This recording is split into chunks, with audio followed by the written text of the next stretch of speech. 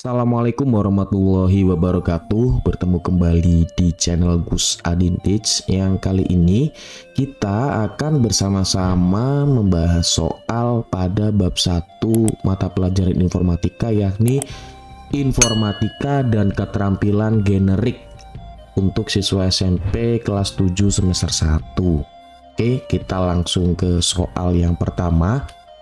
Pernyataan berikut merupakan pengertian informatika yang paling tepat adalah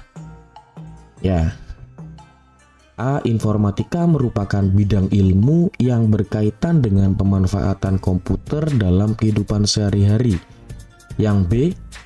Informatika merupakan bidang ilmu mengenai studi, perancangan, dan pembuatan sistem komputasi serta prinsip-prinsip yang menjadi dasar perancangan tersebut. C. Informatika merupakan bidang ilmu yang mempelajari seluk-beluk komputer baik hardware maupun software. Yang D. Semua pernyataan benar. Oke, kamu sudah menentukan jawabannya. Oke, tepat sekali ya. Jawabannya yang A. Informatika merupakan bidang ilmu yang berkaitan dengan pemanfaatan komputer dalam kehidupan sehari-hari. Begitu ya. Soal yang nomor 2. Komputasi merupakan ilmu yang berkaitan dengan A. Pemodelan matematika, B. Pemanfaatan komputer dalam masalah-masalah sains, C. Penghitungan menggunakan komputer, D. Pemodelan matematika dan pemanfaatan komputer dalam memecahkan masalah sains. Oke, tepat sekali ya, jawabannya yang D. Pemodelan matematika dan pemanfaatan komputer dalam memecahkan masalah sains. Itu mengenai komputasi sudah jelas ya. Soal selanjutnya, computational thinking atau berpikir komputasional merupakan landasan berpikir untuk belajar informatika. Berpikir komputasional sebagai suatu kerangka dan proses berpikir mencakup beberapa hal-hal berikut ini, kecuali A. Perangkat keras, B. Perangkat lunak, C. Malfungsi perangkat lunak dan keras, D. Menalar mengenai sistem dan persoalan. Oke, sudah tahu jawabannya? Ya. Jawabannya kecuali C, malfungsi perangkat lunak dan keras. Nah, apa sih itu malfungsi? Menurut Kamus Besar Bahasa Indonesia, malfungsi yaitu sistem proteksi yang bekerja tidak sebagaimana mestinya. Ya, itu seperti kesalahan gitu ya, galat seperti ya. Ya. Selanjutnya, alasan yang mendukung bahwa informatika telah menjadi salah satu disiplin ilmu yang tersendiri adalah A. Informatika membawa seseorang ke dalam suatu cara berpikir yang unik dan berbeda dari bidang ilmu lainnya. Yang B. Ide-ide dan konsep informatika sudah berusia lebih dari 20 tahun dan terpakai sampai sekarang. Yang C. Setiap prinsip inti diajarkan tanpa bergantung pada teknologi tertentu. Yang D. Semua pernyataan benar. Ya, tepat sekali, jawabannya D ya, sudah jelas. Semua dari pernyataan ini semuanya benar, seperti itu. Jadi informatika itu ya suatu cara pandang kita berpikir agar bisa untuk memecahkan ya masalah-masalah yang ada serta adanya ketergantungan adanya kelanjutan dari teknologi yang selalu berkembang seperti itu. Oke, nomor 5, manusia saat ini dapat disebut hidup di era digital atau era industri 4.0 karena aktivitas manusia A. Bergantung pada mesin, B. Sebagian besar memanfaatkan komputer, yang C. Memanfaatkan mesin berbasis komputer dan internet, D. Bergantung pada dunia maya. Ingat ya, ini sudah saya sampaikan di materi sebelumnya mengenai revolusi industri ya 4.0. Ya, jawabannya yang C, memanfaatkan mesin berbasis komputer dan internet, di mana revolusi industri 4.0 atau yang sering kita sebut dengan cyber physical system itu merupakan revolusi yang menitik beratkan pada otomatisasi serta kolaborasi antara teknologi cyber.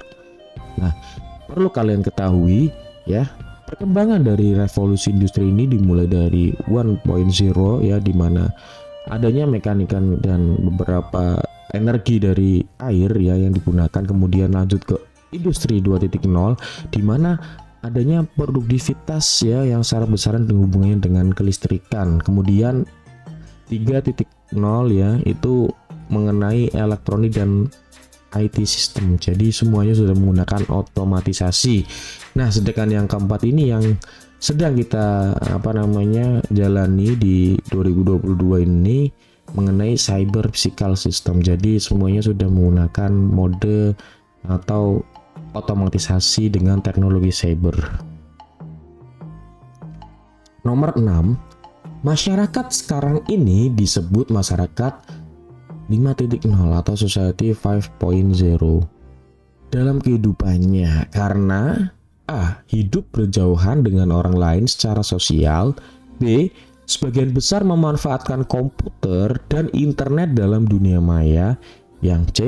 Hidup di dunia fisik sekaligus di dunia cyber dalam kegiatannya secara daring dalam memanfaatkan teknologi komputer dan internet. Yang D.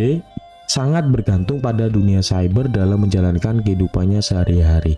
Nah, ini juga sudah saya sampaikan dulu mengenai Society 5.0. Jawabannya sudah jelas yang C, di mana hidup di dunia fisik sekaligus di dunia cyber dalam kegiatannya secara daring dalam memanfaatkan teknologi komputer dan internet. Nah, bisa kalian perhatikan ini perkembangan dari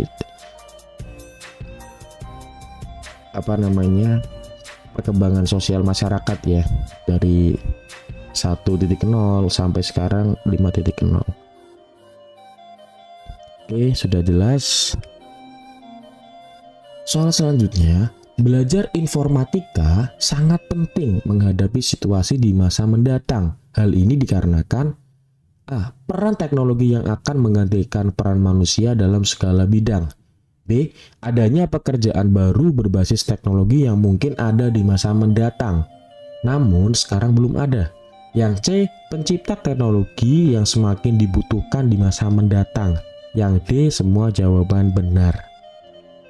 Oke, ya jawabannya semua jawaban benar. Sudah jelas di sini di mana peran teknologi itu ya sangat penting. Kemudian ada beberapa pekerjaan dengan basis teknologi yang tentunya akan semakin berkembang dari tahun ke tahun, kemudian diciptakannya teknologi yang semakin mutakhir gitu ya seiring berjalannya waktu.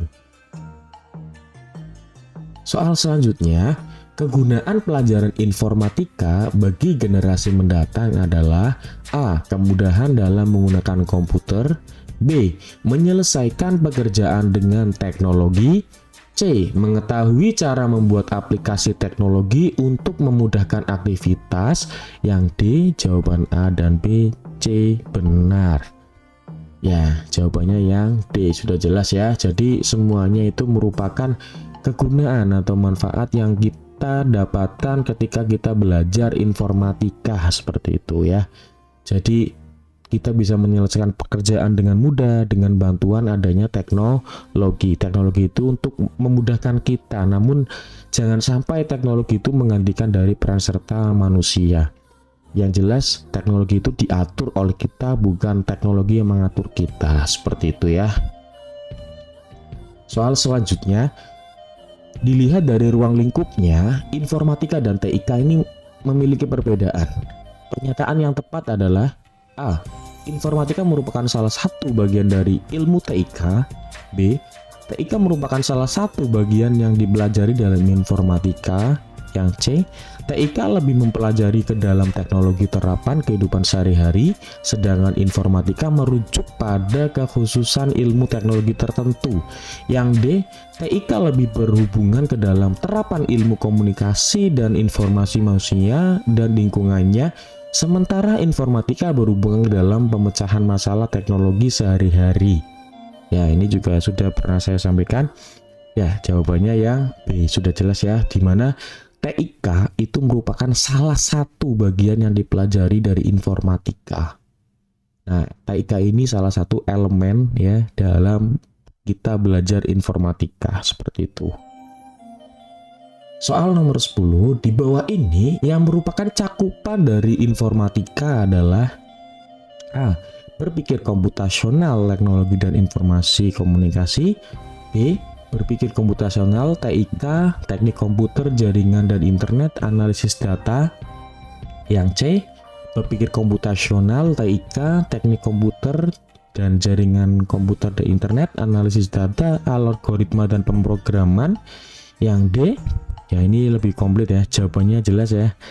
Bisa kalian pilih jawabannya yang mana? Yang D ya. Jadi cakupan informatika ini ada berpikir komputasional, terus ada TIK, terus ada teknik komputer, terus kemudian ada JKI, jaringan komputer dan internet, kemudian ada analisis data, kemudian ada algoritma dan pemrograman, terus kemudian ada dampak sosial informatika, dan ada praktika lintas bidang dalam informatika. Ya, yang nanti akan kita pelajari selama kelas 7, 8, dan 9. Ini cakupan-cakupan atau elemen yang ada di mata pelajaran informatika. Selanjutnya, belajar informatika tidak harus memanfaatkan komputer.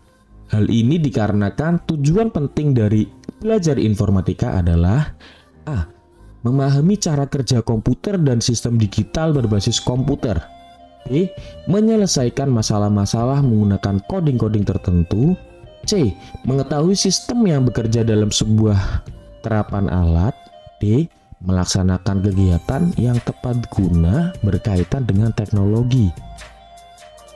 Nah, kenapa ini ya tujuan pentingnya? Ya, jawabannya yang sudah jelas ya. Jadi tujuan penting dari belajar informatika itu memahami cara kerja komputer dan sistem digital berbasis komputer. Jadi kita itu tidak harus ya memanfaatkan komputer, namun lebih ke hasil-hasil yang sudah kita ada dari komputer-komputer atau aplikasi yang ada, kita bisa kembangkan seperti itu ya.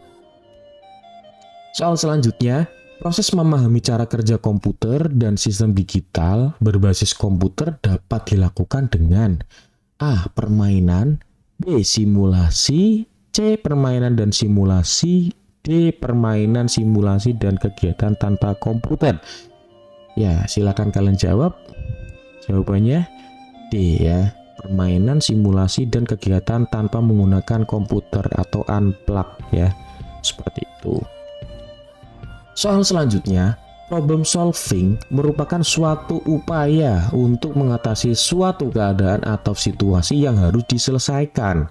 Hal ini sangat penting dikarenakan masalah yang dihadapi akan selalu sama setiap masa. Yang B, masalah yang dihadapi akan semakin rumit seiring berjalannya waktu. C, masalah yang dihadapi sebanding dengan kemampuan teknologi yang dimiliki. Yang D, masalah yang dihadapi harus segera diselesaikan dengan terbatasnya waktu. Nah, jadi karena apa nih problem solving itu diperlukan bagi kita? Jawabannya yang B sudah saja. Masalah yang dihadapkan akan semakin rumit seiring berjalannya waktu. Maka dari itu kita dituntut untuk belajar memecahkan suatu masalah. Ketika kita tidak pernah berlatih untuk mengatasi masalah kita sendiri, maka kita tidak akan pernah bisa menyelesaikan masalah dengan mudah, karena itu butuh dilatih ya. Seperti itu ya. Selanjutnya, dalam era industri 4.0, hampir semua bidang kehidupan manusia didukung dengan sistem berbasis komputer. Ciri khas informatika dalam membantu mempelajari ilmu lain Yang dibutuhkan adalah yang tepat sekali jawabannya yang C, berpikir sistematis dan terstruktur. Jadi informatika cirinya apa? Sistematis, terstruktur. Jadi ketika kita salah menginputkan perintah itu akan tidak bisa ya, seperti itu. Jadi kita diminta untuk lebih terstruktur dan berskematis agar lebih memudahkan masalah-masalah dalam kehidupan sehari-hari. Selanjutnya, games merupakan salah satu yang menarik dalam dunia komputer. Dalam informatika, game sederhana dapat dibuat menggunakan bahasa pemrograman visual. Bermain games memiliki sisi positif dan negatif. Salah satu sisi positif adalah yang mana nih? Oke ya, jawabannya D, sudah jelas ya. Semuanya benar. Belajar bahasa asing melalui games. Ketika kalian belajar memainkan games yang dengan bahasa asing, misal bahasa Inggris atau bahasa yang lain, kalian akan memahaminya dan sekaligus belajar tentang bahasa itu. Kemudian melatih keterampilan dalam strategi, misal kalian belajar game yang memecahkan masalah, ada suatu teka-teki dalam memecahkan masalah. Nah, itu kalian juga belajar di situ mengasah keterampilan strategi kalian. Terus kalian juga belajar berkompetisi secara sehat, ada turnamen, terus kemudian kalian bekerja sama, saling bergotong royong dengan sesama tim agar tim kalian menang dengan cara yang sehat, seperti itu ya. Ya, itu mungkin yang bisa saya share dan kita belajar bareng gitu ya. Jika kalian suka dengan video ini, jangan lupa like dan subscribe. Sekian dari saya. Wassalamualaikum warahmatullahi wabarakatuh.